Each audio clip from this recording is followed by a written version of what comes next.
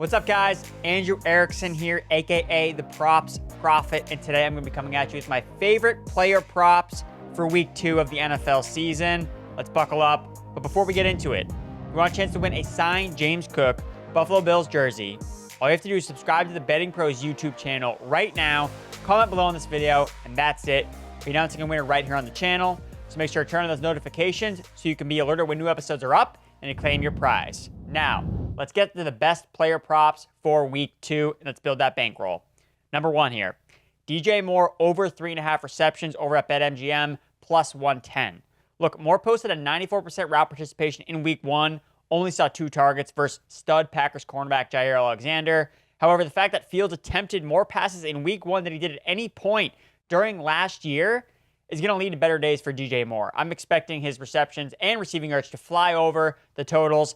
3.5 receptions at plus money odds all day, every day against the Tampa Bay Buccaneers. The Buccaneers secondary got blown up in week 1 by the Vikings wide receivers. Moore has also had a lot of success against Tampa Bay in the past. Last time he played them, 117 yards on 6 catches on 10 targets. Again, Buccaneers allowed over 240 receiving yards to wide receivers in week 1.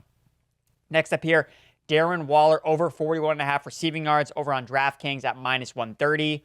Waller only played slightly over half the snaps in week 1, but he was heavily targeted. Total 5 targets, 17% target share, 22% target rate per route run. He ended the game with 3 catches for 36 yards before getting pulled in the blowout loss. But he's Daniel Jones' number 1 target. And we look at the Cardinals, their defense, how the Commanders attacked them. The Commanders had a 34.5% target share to their tight ends. That was the second highest rate in week 1. Logan Thomas and Cole Turner combined for 5 catches for 60 yards on 10 targets. If Waller's going to get that production, he's going to go over this number. Next up here, Drake London under 49.5 receiving yards. This is over at DK minus 115. Look, Drake London, this is a crazy number. London has gone under this number in 11 straight games that he and Kyle Pitts have played together. The big concern about Drake London was, are they going to throw enough? But I think his bigger concern actually might be Kyle Pitts in this offense. And we look at the Green Bay defense. They just erased DJ Moore last week. I'm afraid that's going to happen to Drake London here as well. So I'm betting the under 49.5 receiving yards for Drake London. Again, Arthur Smith says London doesn't care about his target, so I don't think there's going to be any narrative to get him the ball more than they did in week 1.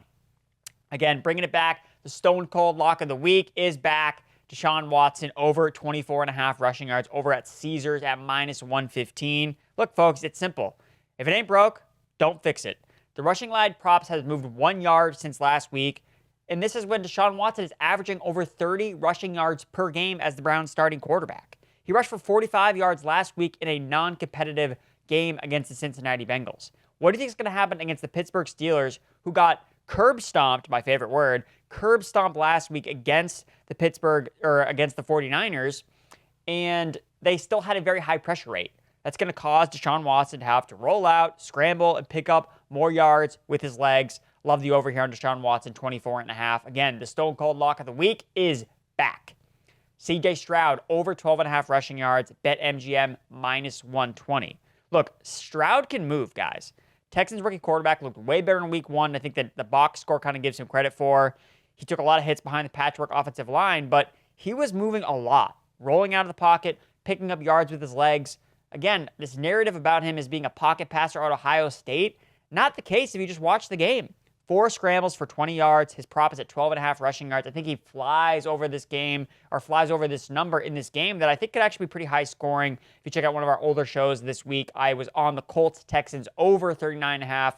So I think that CJ Stroud, we're going to see some fireworks from these rookie quarterbacks. The Texans gave up 38 yards on the ground to Lamar Jackson in week 1. Now, this is a gimme, guys, gimme. Cam Akers under 7.5 receiving yards. Look, Cam Akers ran 2 routes last week in a game where the Rams ran 78 plays. Cam Akers is not the preferred pass catching back. I don't even know if he's the preferred number 1 running back on the Rams roster. So I don't like any of his props, and if I'm going to be betting any of them, it's going to be on the under. And I know for a fact that he's not the pass catching back that is Kyren Williams' role in the Rams offense. So fading Cam Akers into oblivion, specifically in the receiving game, under 8.5 receiving yards or 7.5 receiving yards. I think you can also find over on Prize Picks as well. Next up here, going to the Commanders. Washington, Terry McLaurin under 47.5 receiving yards, -110 over at DraftKings Sportsbook.